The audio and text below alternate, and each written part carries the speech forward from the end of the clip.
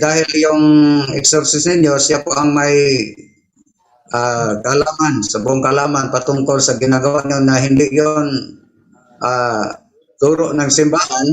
Si Mike Velarde, actually, meron siyang spiritual director na parang sa Brother Janro, para lang sa ating mga kapatid na church, yung Couples of Christ. Isa yon sa mga lay organization lang yon, ngunit inadapt ng simbahan. Pero nigyan sila ng spiritual director, pero ang daming mga ginagawa din nila na labag sa kautosan, lalong-lalo na sa ating mga sa patches sa Philippine Exorcist, yung paglihans. Ang dami na natin din na sinagot dito ni Brother Rendell na hindi pwede yun paglihans dahil po pagka yung isang member na naglilihans nasa wala sa the state of mortal sin, so baka mag-responde lang yun, lalo na lalong lumala ang naturang pinaproever ninyo. So yun, bawal. At saka ang maglihans is yung mga ordained minister.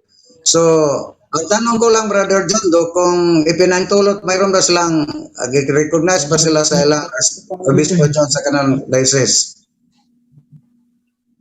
Nagpapapare-over Brother Tata, may tanong po ako. Kasi po, yung mga pari daw po namin dito ay nagpapa-pray over 10 sa El Shaddai. With speaking. Ang yung pare ninyo? Opo. Yan lang. Okay. Ngunit ang yung exorcist dyan, ngunit ang yung exorcist dyan, sandali lang. Pinahinto kayo. Ang exorcist ko pong nakaharap ay sa Archdiocese of Lipa, pero kami po ay nasa Mindoro. Wala po kaming exorcist dito sa aming probinsya. Lumayo pa po kami ng Lipa para lang makapagpa-exorcise. Pero na-recognize ba yung organisasyon ninyo dyan sa inyong obispo? Simbahan na nagaganap ang prayer sa mismo simbahan. Ito yan, kapatid. Ito, makinig ka ha.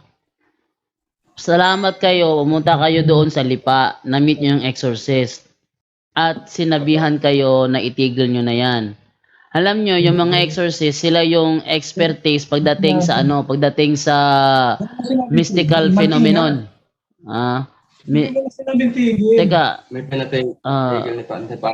Kapatid, mga kapatid, yun ito. Nalilito ako pagsagot kasi may nasasalita sa likod. Hindi naman pinatigil, mag-ingat. Nagtalo sila. Yun nga. Brad, kapatid to na Yuri. Ito, sasagot mo na ako ha. Go ahead. Ang exorcist kasi, sila yung expertise pagdating sa mystical phenomenon. Kung sa doktor pa, kung ang sakit mo sa mata, huwag kang lalapit sa doktor na expertise sa bata, expertise sa ibang expertise, pero hindi expertise naman sa mata. Tiyak, kung magdadiagnose yan sa'yo, iba ibibigay na sagot. Ngayon sabi mo, may mga pare nagpapapray over. Kalain mo, ang pare para nagpapapray over sa El Shaddai. Hindi lahat ng pare alam yan. Hindi nga tinuturo sa seminaryo ang exorcism. Hindi tinuturo sa seminaryo ang apologetics. Kaya maraming pare hindi alam. Meron nga pare lumalapit sa albularyo yan ang sinasabi ni Brother Wendell. Ngayon, pag sinabi ng exorcist, itigil nyo dahil alam niya, may alam siya na hindi alam nung unang pare na hindi naman exorcist. Alam niya. May alam siya na hindi alam nung isa. Kumbaga, nakasumpong kayo ng eksperto pagdating sa mystical phenomenon. Ngayon, eto ngayon tayo. Pag sinabing itigil, wala na tayong doon. Kasi dito sa amin, minsan, yung meron kaming dati nung wala pang pandemic, meron kaming monthly na praise and worship. At ang aming tagakanta, isa doon, pag wala yung WBL, ang pumupunta rito, El Shaddai. At lahat sila nag-speaking tongues. Nung minsan, si Wendell Talibong dumalaw dito, nagkaroon sila ng bangayan sa WBL, El Shaddai, tsaka si Brother Wendell. At laging lugi ang sa charismatic movement kasi iginigit nila na sa Diyos daw na espiritu.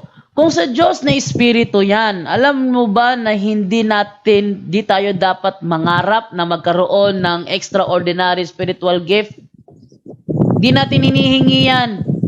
Kusang ibibigay yan kung sa tingin ng Panginoon ay kailangan. Kusang ibibigay yan. Hindi yan basta nagpa-practice ka ng alleluia, alleluia, alleluia, alleluia, alleluia, alleluia, alleluia, alleluia. Hindi ganyan. Alam ko na maraming charismatic nagagalit sa amin kapag kami sumasagot pagdating sa ganyan. Bakit?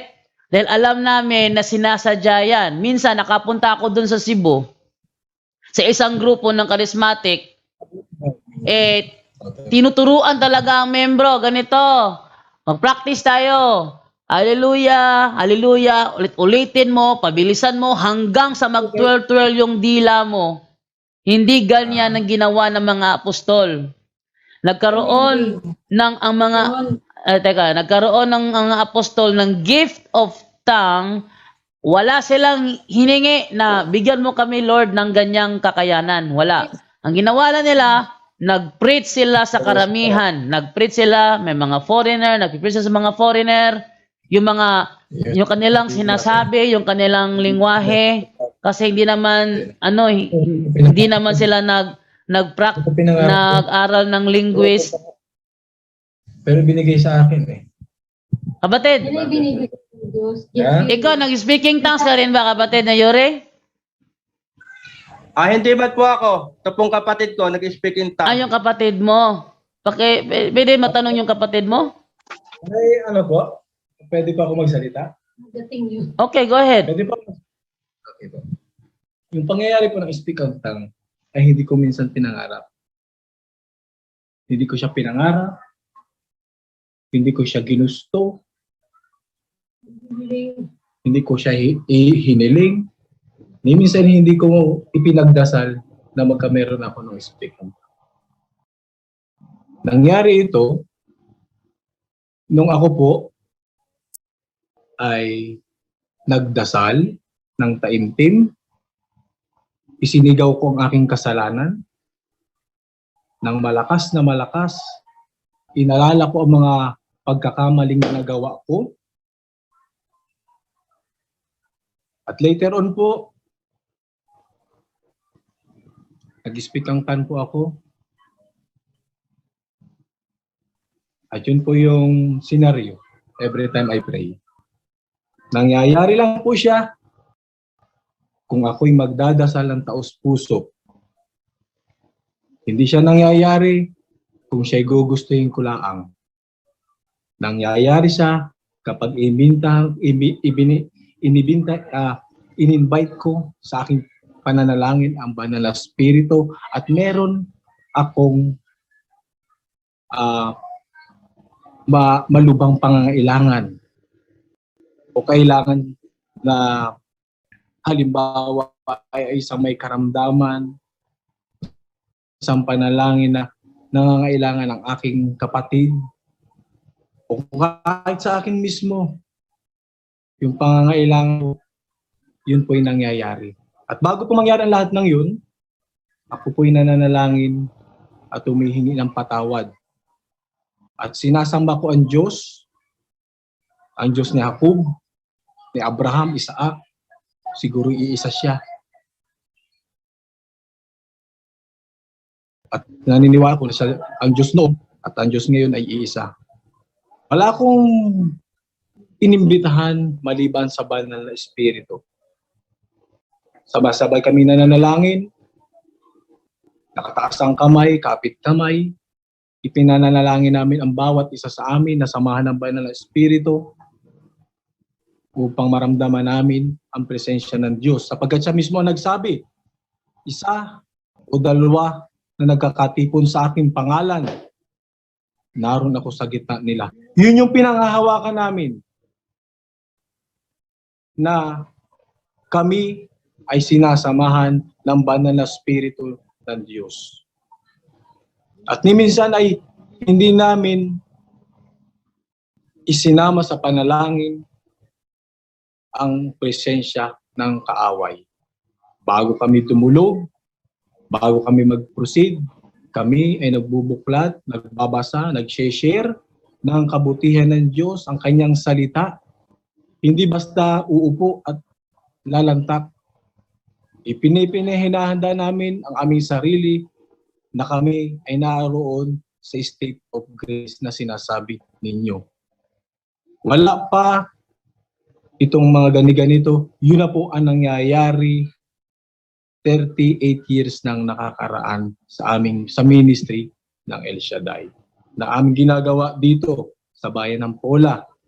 Ano po? At dahil dun nga po sa aming pagpapahayag at pagtulong sa kapwa, pinasasalamatan kami ng aming obispo sapagkat tatulong kami sa pagpapahayag ng salita ng Diyos.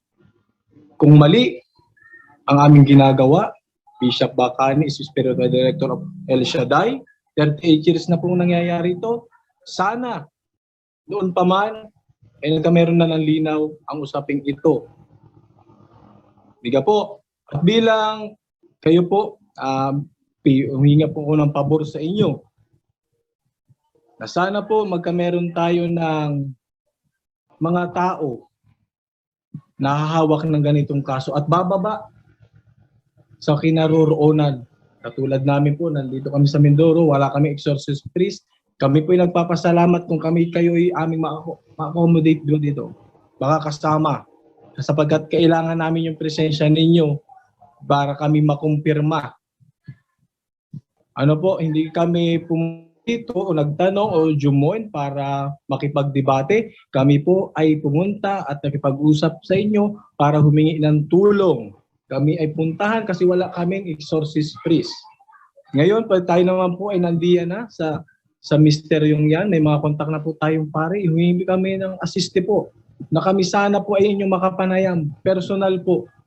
Kung ano man po yung aming nagagawa, whatever po, na makikita ninyong mali, willing po kami mag-undergo ng kahit anong seminar training o whatever para kami ay tumalima sa kautusan ng ating simbahan.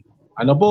Pero kung sa punto pong ito, wala kami exorcist priest, ginagawa po namin ang immediate response sa nangangailangan, ang panalangin ng kapatid. Sabi ko nga po, yung salita ng Diyos na sinabi, magdalanginan kayo. Ito po yung aming kakatayuan. Magdalanginan kayo. So bawat isa po sa atin ay may karapatang manalangin para sa ating kapwa, lalo na sa nangangailangan. So yun po yung aming katatayuan o pangyayari dito sa ministry po. Ano po? So yun po. Sana po ay kung meron kayong nakitang mali o sana makapunta kayo dito at hindi lang po sa ganitong pag-uusap tayo magkalinawan. Mas maganda po, personal po tayong pumunta, makita natin yung pangyayari, senaryo, para sa ganun po, transparent po. Willing po kami mag-undergo ng magpa-imbestiga, whatever po, para sa kalinawan ng lahat. Kasi ayaw po naming maligaw at ayaw naming maligaw ang mga taong nakikinig sa amin. Bilang lingkod, gusto po naming tama ang aming ginagawa ayon sa kalooban ng Diyos. Ano po? Tapos ka na? Natanong kita, Brother Yuri, ha? Ano sa tingin mo ang dahilan bakit ibinigay ng Panginoon ang gift of tongue? Para po sa evangelization, para may pangaral ang ebanghelyo Yun. sa buong sanlibutan. Bro, excuse mo na, Bro Jando. Yes. Ang papasagutin natin yung kapatid mismo ni Bro Yuri, yung nagsalita kanina. Sige, pasanin yung kapatid Kasi, niya. Anong pangalan ng kapatid mo, kapatid? John Paul po, Okay. Dapito. John Paul. Gusto ko makausap si John Paul. Yung naranasan ko po yan, sabi ko po sa inyo, ito'y hindi ko ginusto. Hindi, gusto ko siya makausap. Ano ang Go ahead po. para Speaking po. ano yung reason bakit ibinigay ng Diyos ang speaking tongues? Sabi mo, Sino ka po ang sabi mo, Sino po? sabi mo ibinigay niya to evangelize. Speak. Hindi po ako nagsabi. Ako nagsabi niya. Sige, siya. Brother John Paul. Wala akong comment po dun sa tanong. Oh, Kasi ang may hawak ko si Semari kanina, si Yuri. ang akin pong kan ay, ang tanong niyo po sa akin ay bakit ibinigay sa akin. Sino Hindi, po ba ang hindi, hindi, nagbigay? hindi. Hindi sa'yo. Ang tanong ko is, bakit ibinigay ng Diyos sa mga apostol ang gift of tongue? Ito po. Sabi pa ng Panginoon, nung siya'y akit sa langit, bababa ang Espiritu Santo. Gagawa kayo. Magsasalita sa iba't ibang way. Ano nga ang dahilan? Bakit sila nagkakal? Bakit ano po, ang dahilan, papalaog sila sa mga bansa. Ang sabi pa nga ng nakakuna, bakit nagsasalita ng ganyan? Hindi man taga rito yung gayang salita. Ibig sabihin, salita siya sa ibang lugar. Okay. So, Kaya magsasalita ka, pero pupunta ka doon, kailangan. so, Alam mo ang salita. ang gift of tongue binigay, I mean po, kung ako po, ang tatanungin kung bakit, wala akong alam. Unang-una, ibinigay sa akin. Sino ang nagbigay sa akin? hindi, yung sa'yo kapatid, Ano po ba ang gusto niyong mangyari doon sa tanong na gusto niyo sa para makita ko yung punto. Para makita ko yung punto, Now, ha? At ang punto, yan, at ang punto, kapatid na Yuri, yan ay claim mo na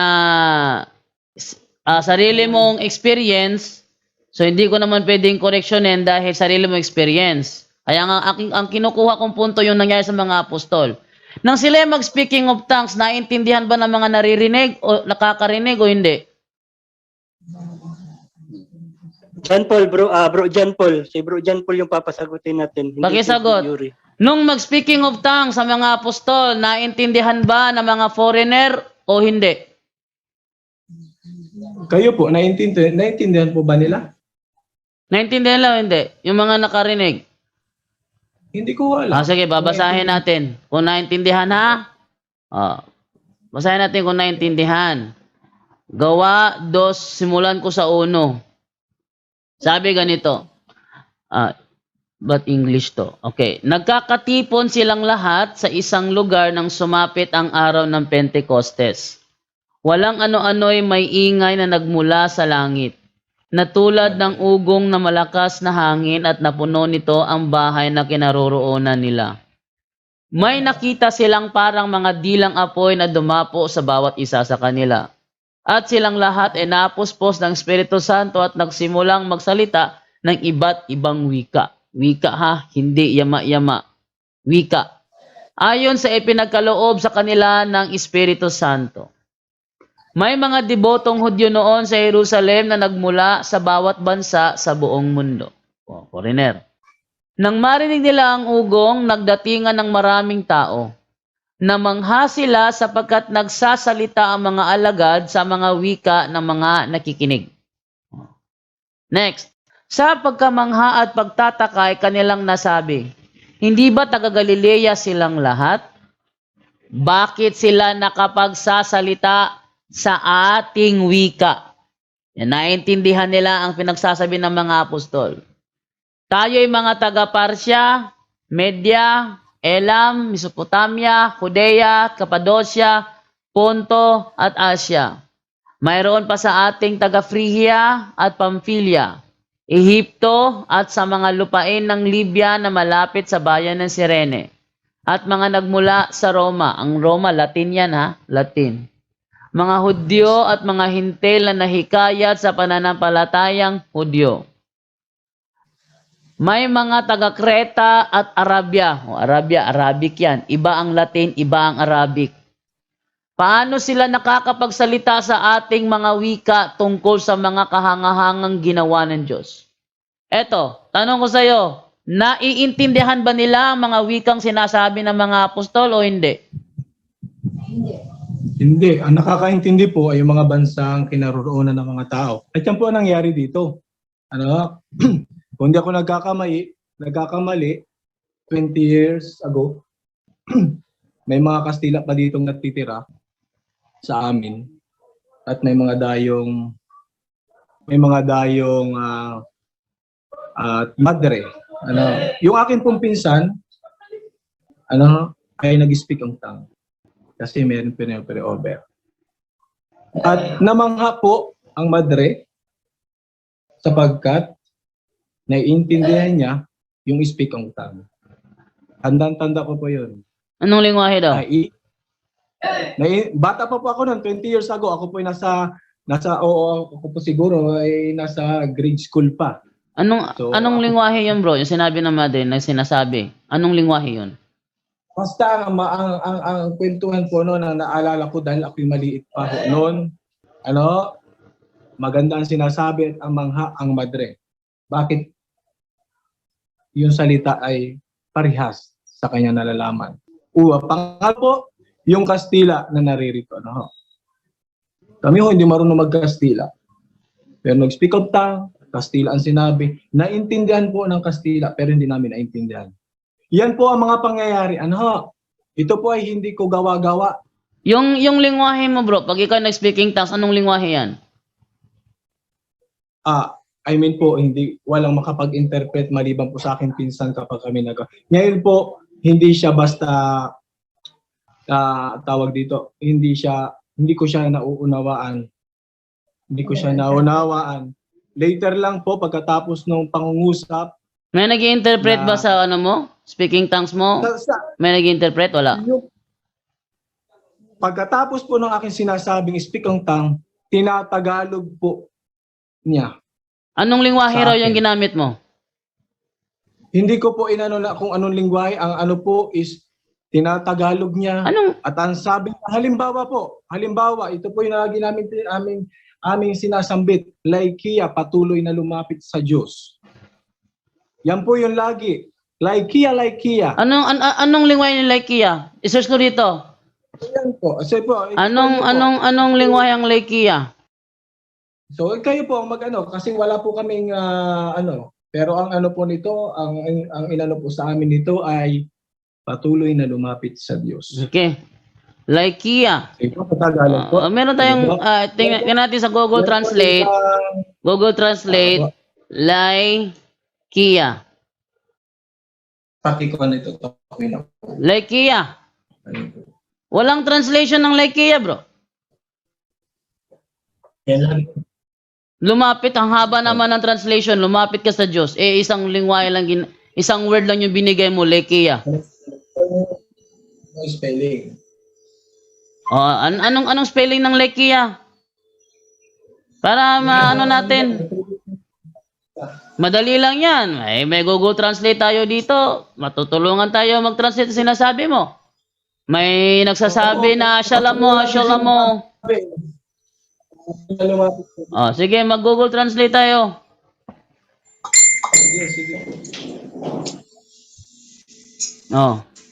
Laikia. Ang Laikia, walang translation sa English ang Laikia. Madali natin matrice yan, bro. Posible walang nakakalala ng mga sinabi mo. Magka meron ng exercise. Merong nagsasabi, shalom mo. Tina to. Shalom mo. Shalom mo. Walang English translation. Brother Jando. Yes, Brother Tata. May clarification lang po ako kang Brother Jan. Brother Jan yung nagsalita. Hindi, yung kapatid niya, Okay, Yuri, di sila makasagot sa tanong na to. Ay yung self-proclaim lang sa kanya, sarili niyang experience yan. Madali lang yung magsabi. So, mayroon lang akong clarification sa kanya kung pwede ating mayroon na itong tanong kaunti lang. Brother Jan, kung pwede, okay ra sa'yo? Go ahead po. Okay. Sabi mo, bago kayo humingi ng tulong ng Holy Spirit, humingi kayo ng tawad sa Diyos. Ang tanong ko, kailan po ba kayo ang last mong nagkumpisa? Magkumpisa ba kayo sa pare? Hindi. Nagkukumpisal po. Mga laymen po kami, mga laymen. So, palagi kayo nagkumpisal? Opo, kami po laymen po. Kailan po yung huli niyo pong kumpisal? Hindi ko nagtanong, limi ba kayo? Palagi ba kayo nagkumpisal sa pare? Nagkumpisal ba kayo sa pare? Under ba kayo nagkumpisal o hindi? Renewal po, pag nagre-renewal ka, may taon-taon po, nagkukumbisal po kami. O, ibig sabihin, once a year lang po kayo nagkumpisal. Yes po. Ay, Okay. So paano mo sabi mo kailangan nasa state of grace po kayo, na paano mo na siguro nasa state of grace po kayo na once a year lang po kayo nagkumpisal? So, ibig sabihin, kung ako ay gagawa ng panalangin, ay hindi epektibo. Tanong, ang kumpisal, sandali lang, ang kumpisal ba turo ng simbahan o hindi turo? Puro ng simbahan. Ang halimbawa ko po, Okay. ang halimbawa ni Kristo, ang sabi, sa isang nananalangin, dalawang nananalangin, isang makasalanan, at isang Okay. Kung turo ng simbahan, Diyos. Ang sabi ng isa, salamat po Panginoon, hindi ako katulad ng taong ito. Makasalanan. okay. Okay? So, ibig sabihin, Pero ang kinalaman ibig sabihin, direct. nagsisi. Okay. Ibig ba sabihin, direkta lang po kayo humingi ng, direkta lang po kayo, sandali, Brother John. Ibig ba sabihin, direkta lang po kayo naghumingi ng tawad sa Diyos, hindi na kayo nag-undergo ng kumpisal? Once a year lang po kayo, every time mag-renewal? Sa catechism natin sa Moro, ang the good Catholic is kailangan mag-kumpisal monthly or even once a week. The good Catholic yun. Okay. Yung catechism ng simbahan, Katoliko, na kailangan ang mabuting Katoliko ay magkumpisal once a month. Sundin mo yun, hindi? Okay po, okay po. Kasi sa kalugay panahon po, ilang Katoliko po, sa pagkakaalam nyo, ang tumutupad niya. Tinutupad yan, tinutupad yun, yung once a month. Kung hindi nakakagampan ng iba, nangangalo Okay. ba kung sila ay ano? Okay. Yan lang. Basta once a year lang po kayo magkumpisal. Di, bata, Bata. may tanong siya. May tanong siya. Kung sakali daw na hindi gawin, ano yun? Hindi gawin. Ano yun? Pagkikulit yung tanong mo? Hindi naman literal kung hindi siya nagkukumpisal. Okay. Ang tanong ko po is, nakakasiguro po kayo, ilang Katoliko po ang gumagawa niya? Okay. Hindi na tayo magkumpara sa iba. Ang ating sundin. Teka. Sandali lang. Wait lang. Sandali, brother. Wait lang, kapatid. Brother, Wait lang. Wag mo munang itakbo sa ibang membro. Sa iyo na lang muna kasi nag-speaking tongues ka eh. Lagi ka nag-speaking tongues. Sabi mo kusang dumating yan. Kaya ikaw muna tinatanong. Wag mo nang ibato sa ibang membro. Yaan mo sila kung di sila nagkukumpisal. Ikaw muna tinatanong. Brother Tata. Okay. Ang turo ng simbahan, based po sa ating catechism, ang mabuting Katoliko kailangan magkumpisal once a month or even once a week. Sinunod mo yun? Hindi. Ang mabuting Katoliko. Okay po. Opo. So, sinunod mo yun once a month magkumpisal o hindi? Nakakaligtan po. O minsan talagang hindi. At nakakapantay doon. Ano ba? So, ang pamumuhay po ng isang tao ay sino po ang humuhusga? Okay. Sabi mo kanina, nga once a year lang po kayo magkumpisal. May tanong po ako. Ang pamumuhay Sandali. ng isang tao, sino po ang may karapatang humusga? Okay, maganda. Teka muna, Brother Tata. Parang gumagawa siya ng argumento na ma-isip yung sarili niya, no? Okay, eto. Ay, brother. Ito ha. Kapatid, babasa ko talata, kapatid. Basa ko talata. Go ahead po. Ito. Sabi ganito. Mateo 18:18. Ito ang sabi ni Kristo sa church. Ito. Tandaan ninyo, anumang ipagbawal ninyo dito sa lupa, ipagbabawal sa langit. At ang ipahintulot nyo sa lupa, ipahintulot din sa langit. At ang sinabi ni Brother Tata, based sa turo sa Katoliko, once a month or once a week. Sabi mo, nakakaligtaan mo, nakakalimutan mo. Sabi dito, ano man ang ipahintulot nyo sa lupa, ipahintulot sa langit. Okay? At ang ipinahintulot sa lupa, once a month or once a week. Nakakalimutan mo. Sa tingin mo, sino nga hatol sa'yo? Diyos. Ang Diyos. Kung kaya nga po, Ay. sa puntong ito, Ang Diyos. Ang Diyos. Oh, ang Diyos. Ngayon, sa authority ibinigay ng Diyos, punto po ito, isang taon. sa authority ibinigay ng Diyos sa iglesia na ipahintulot, once a year, once a month. Whatever po. Ha? Ang ginagawa ko po, yung papapray over. Brother Lindo, Oy. Hindi nakakumpisal. hindi siya sumasagot. Oh. Yun na lang. Ng pray over. Kaya nga po, Malinaw naman yun na sandali na brother, malinaw na kanina na sabi niya kanina, sandali lang brother, inaamin na niya kanina na once a year lang siya magkumpisal sa every renewal sa kanila. So, sabi niya, sa pagkukulang okay. Brother, yeah. Pangalawang tanong brother. Unawaan ako ng Diyos. Bro, sa isang taon, ilang beses ka nagpi-pray over? Brother Jando. 2 taon na pong hindi ako nakakapag-pray over sapagkat hindi ako nakakapag-kumpisal. Okay, very good. Kapag ako'y wala ko sa state of grace, hindi ko po ginagawa ang bagay na yun. Kasi nalalaman ko at nababasa ko na hindi karapat-dapat. Bro Tata, Bro Jandos, tingin Kaya ko Bro nga po, Jandos. sinasabi ko sa inyo, Kapatid, kaya nga kapatid. po, na- Saglit lang bro kapatid, intindihan kita kapatid. Excuse po. Saglit lang. May gagawin pa po kami. Kasi para nag-argumentuhan na kayong dalawa eh. Bro Jandos, Bro Tata, ang taong ito nangangailangan ng paliwanag. Pakikat po ng bakit tayo mag-argumento, pakikat po ng usapan natin. Hindi ito mangyayari kapatid, saglit lang kapatid. Hindi naman ba Kasi yung kapag, agenda namin? pag ina-argumento natin ito, hindi natin siya matutulungan. Dapat ito paliwanagan. Huwag nating tanongin tapos anuin natin sa aral kasi wala pa tong alam. Dapat ito paliwanagan, hindi ito dapat debatiin. Kapatid na, Junre, hindi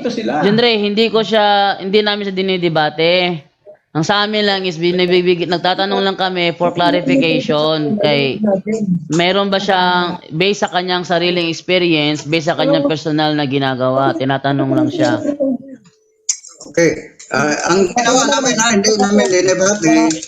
Clarification lang yan sa kanyang pahayag. Ang ginawa namin. Paliwanagan na lang natin basta kasi ang dating kasi parang yung mga tanong nyo, kaya parang nag-argumento na siya. Hindi Kaya ako dapat- nag-argumento po. Ang inaano ko po ay yung need namin. Lumapit po kami sa inyo kasi may pangangailangan kami. Ano ba ang kailangan mo, bro? Ano ba ang kailangan mo, bro? Kailangan namin Ano ba ang kailangan mo? ay mag-undergo kung ano yung pangangailangan namin dito na kulang na sinasabi ng kapatid ko. Na ano? Wala akong ibang Gaya ng ano? objective. Gaya ng ano? Wala. Gaya ng ano? Gaya na kami ay makita Bro ninyo. Jandos, ako muna nakikita. Kung Bro kayo kapatid, dito makita niyo yung senaryo, wala Brother- akong ibang argumento, pares po tayo ng pinanalagi. Ang mahalaga, ang Diyos, isa ang tama. sinasamba ko. Kapatid, bro, ito ganito Wala na ako akong ibang naintindihan. argumento po. Tama. Naintindihan kita, bro. Parehas po tayo katoliko. Tama kapatid. Panggain ang ating nalalaman. Kasi Yes, hindi po tama. natin alam ang Dahil ating sa nararamdaman, ang nararamdaman ko. nakinig ka Hindi muna. ko nababasa ang puso ko. Correct, tama ka kapatid. Ano po? At parang ang dating parang maling-mali kami. Tama ka dyan, tama Kaya ka. kung kami ay mali at nakita niyong mali, Kaya nga, hindi ka dapat sinaganyan. Kapatid, Kapatid, dito sa amin.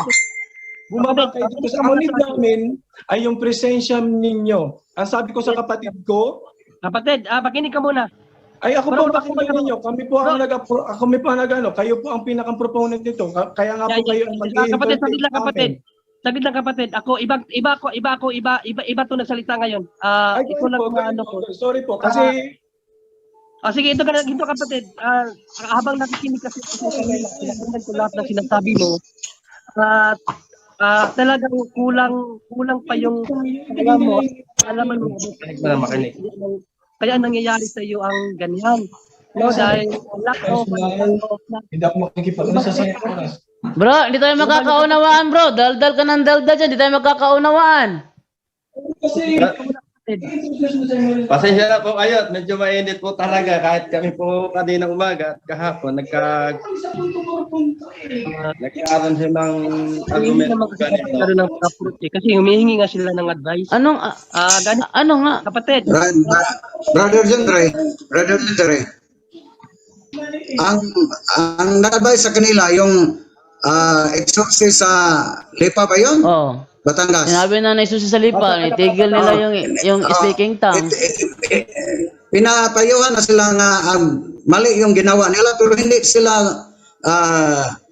nila sumasalungan sila sa payo ng pare ng exorcist nga mali yung turo nila ang ginawa nila. Actually, bro Bro John Ray, ganito ang nangyari kanina. Tinanong niya nga sa akin yung mga katanungan niya. Sa abot din ng nakaya ko, sinagot ko din naman. Pero ang ano niya kasi kanina sa akin, yung pag-approach niya sa akin, sinagot ko na nga, pero ini-indicate pa rin niya kung ano yung sa kanya. Ayun, yun nga, sila yung nakikipagtalakayan, hindi tayo. Yun yung approaching niya sa akin. Guys, kanina. ganito, halimbawa, ganito. sabi ko- Brother Kisha, teka lang. Tatanungin ko si kapatid na John Paul ito. Sabi, kailangan nyo kami. Ano ang kailangan nyo sa amin? Umalis na po yung kapatid ko. Ang kailangan daw po nila ay mas maganda kung may pumarito mismong exorcist sa aming bayan at siya yung magpaliwanag ng lahat ng pangyayari. Ipaliwanag Kasi po, na, may mga kahit na lumalapit sa ipaliwanag na nagpipray over kayo. Yun yung papaliwanag niya. nila. Tapos dito sa buhat, kundi po. Si Opo. papaliwanag, ang gusto nyo, umunta dyan yung exorcist para ipaliwanag niya kung bakit kayo nakakapag-pray over. Yun ang gusto nyo marinig. Yun po ang gusto nilang mangyari. Yun ang gusto niya mangyari. So, yung sinabi ng exorcist na itigil nyo, hindi ba siya interesadong malaman kung bakit pinapatigil ng exorcist?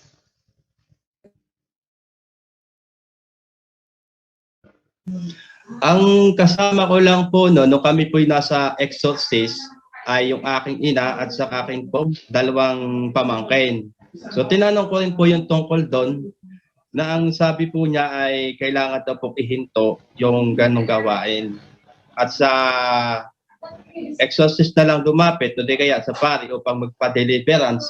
At sinabi din po niya sa akin na hindi po dapat gumawa ng sariling dasal. Kundi yun lang binigay ng simbahan tulad nitong dito na to. Hindi ba ang point ko ba, sabi niya kailangan niya ng presensya ng natin o diyan sa inyo yung papuntahin yung exorcist diyan. So, gusto ko lang liwanagin ano ang dahilan ba't niya gustong papuntahin diyan para ipakita nakakapagpagaling yung kanilang pray over o para marinig ng karamihan kung bakit sinabi ng exorcist na itigil yan. Alin sa dalawa ang gusto niya marinig?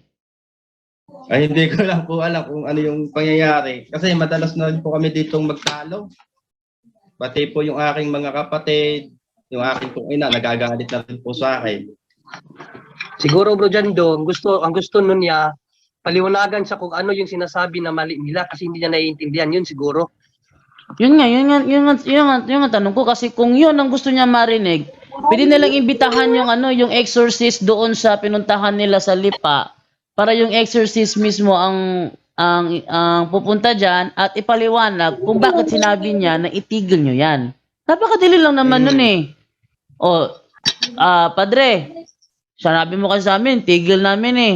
Pero hindi kami convincing sa pagpapatigil. Bakit ba kailangan itigil? Pwede nyo ba ipaliwanag sa amin lahat yan? Punta ka sa amin, paliwanag mo sa amin kung bakit kailangan naming itigil. Pero kung papupuntahin mong exorcist para ipakita, tingnan mo Father ito, papagalingin ko ito Ayan, gumaling na. Anong paliwanag mo dyan? Kung ganyan, ay hindi. Ang tawag dyan, Bro Jando, iba yun. Bro Jando, parang may sasabihin si Bro Angel, bro. Kasi nag-ano siya, Bro Angel. si Bro Angel Santos. Hello po, good evening po. Yes, di ka Hello, narinig po ako. Yes, narinig ka bro. Okay, malinaw naman. Nafe-feel ko po kasi yung ano ni brother, no? Matagal po ako. Pareho kami ng spiritual advisor yan sa Radio Veritas, yung Soldiers of Christ Healing Ministry din po ako matagal for 8 years. Ano ko po yung ano niya, no? Ayan nga, pati kay Bishop Ambo, nakikita yung larawan na yan. Kami po ay si Bishop Ambo po, ang Soldiers of Christ, minsan ano namin yung El Shaddai. So minsan kasunod namin sa gawain nun. But si Bishop, ang ano kasi diyan, pero ako hindi ako nag-speaking of tongue. So ang mangyayari kasi diyan po, hindi kasi masosolve yan. Talagang pagka kasi kinausap sila na exorcist, no? Kasi tayo po, Bradyando, kasalukuyan, tayo po ay mga laiko lang. Ang mangyayari siguro diyan para ma-solve na ang problema natin dito, ang alam ko, kami kasi noon, nung nandun pa ako sa Pilipinas, sa Soldiers of Christ, si Bishop Bacani pong spiritual advisor namin, spiritual director, pareho ng El Shaddai, every month, nagmimisa. Tapos po, nagagawain ng El Shaddai din at ang Soldiers of Christ sa Caloocan Cathedral, which is nandun si Bishop Ambo. Ngayon, si Bishop Ambo po, alam niya may mga healing doon. Alam ni Bishop Ambo, may mga speaking of tongue doon. So si BCP President na ngayon yan, si Bishop Ambo. Lagi ko po yan nakakasama. Nagsiserve ako dyan sa Caloocan. Ako po lay minister niya. No? Ang nagiging problema kasi rito, walang binabanggit po kasi yung ano, kahit alam niyo po kahit yung sa Radio Veritas may El Shaddai doon ito yung nangyayari kasi ano natin para maliwanagan ang lahat ng nakikinig. Alam ko maraming charismatic kasi interesado sa punto por punto, no? Para mas maliwanagan na tayo dito, yung Radio Veritas po mayroong El Shaddai doon, may Soldiers of Christ at mayroon din yung Liwanag sa Dilim, si Father Sikia. Ang nangyayari, wala pong masyadong wala talagang exact na turo diyan. Hindi naman po against si Bishop Ambo diyan Wala siyang binabanggit. Ang daming gawain sa sa puro yan, speaking of tongue talaga sa katedral. At ang daming nagpe-pray over diyan. Hindi nga lang pinapansin, hindi ko alam bakit walang binabanggit si Bishop Ambo. Siguro mga El Shaddai o sino man kayo, the best po kung wag po kayo magtanong sa exorcist ngayon. Yung sino ba yung pinaka-authority natin? Ang bishop. So, kahit kung babalik po kayo sa amin dito sa punto por punto, sasabihin talaga namin na hindi pwede yan. No? So, sinabihan kayo ng exorcist, ihinto nyo. Ngayon, para mas komportable po kayo, mas maganda rito, brother, no? Ang mas magandang gawin nyo, lahat po kayo diyan, lagi pong nagmimisa dyan si Bishop Bacani. It's better to ask the authority. Bishop po ang tanungin nyo. Ang mayroong specific person, kasi kung dito kayo sa punto por punto talaga magtatanong, sasabihin sa inyo, ihinto nyo yan. But we're not bishop. Okay? Lilinawin namin. Hindi kami pwede magsabi sa tao, oy, ihinto mo, demonyo yan. No. We don't have the right. We don't have the right po. Kahit isinerts ko yan, walang pwede magsabing yan ay demonyo agad. So, even the bishop knows that. Alam nila, marami pong nangyayaring sa mga katedral pa yan. Nandito po talaga si Bishop Ambo. But wala naman siyang sinasabi. Kaya nangyayari, nagtutuloy-tuloy yan. Umabot na nga yan. Ang sa amin po, sa Soldiers of Christ, 30 years na rin doon. Kung nagagawain sa Caloocan Cathedral, nandun si Bishop. But ang problema po, lack of knowledge, wala tayong alam. Ang exorcist galing sa Roma po. Linawin natin. Ang mga exorcist, ang turo galing sa Roma. Yan ang pinaka-authority natin. Kaya sila alam nila. But itong bishop po natin, hindi natin ngayon alam kung ano yung ano nila diyan, ang say nila diyan. The last say is the church and the bishop. Okay? Last thing. Ang last say po, the bishop. So the best thing, wag po kayong magtanong tungkol sa, talaga ko kontrahin po namin kayo diyan. The best thing is, pag nagmisa po si Bishop Bacani, try your best po. You talk to Bishop Bacani. Bishop po ang magsasabi sa inyo para po maliwanagan tayong lahat dito, because all of us, we don't have any authority tungkol dito po. Lalong-lalo na po pagdating sa mga charismatic, tanggap po ng church yan. Pero yung mga healing, speaking of tongue, best thing po to do kayong mga El Shaddai, lahat po ng charismatic na nanonood, nakikinig, diretso po, willing po yan si Bishop Bacani, magtanong po kayo sa kanya para mas magkaroon kayo ng peace of mind. Yun lang po, maraming salamat. Yun ang sagot niya, Brother John Paul. Okay na ba yun? Wala na po yung aking kapatid dito, umalis na po. Paki-relay na lang po sa kanya kung ano man. Sa Bishop po, magtanong po kayo, mabait po si Bishop Bacani, kapampangan yung kababayan ko, tsaka si Bishop Ambo. Napakabait po niya. Punta ang gawin nyo po, sabihin nyo kung may time, puntahan nyo siya kung willing po siyang sumagot kung ano man na ano. Nakasama ko na rin po yan. Mabait po si Bishop Bacani. Para magkaroon po tayo ng peace of mind, dapat authority ang magsasagot para matapos na po ang debating ito. Yun lang po, salamat. Yun na yun. Brother John Paul, yun na yun. Brother Jato, salamat po. God bless and mabuhay. Okay, thank you, Brother John God bless Paul. po.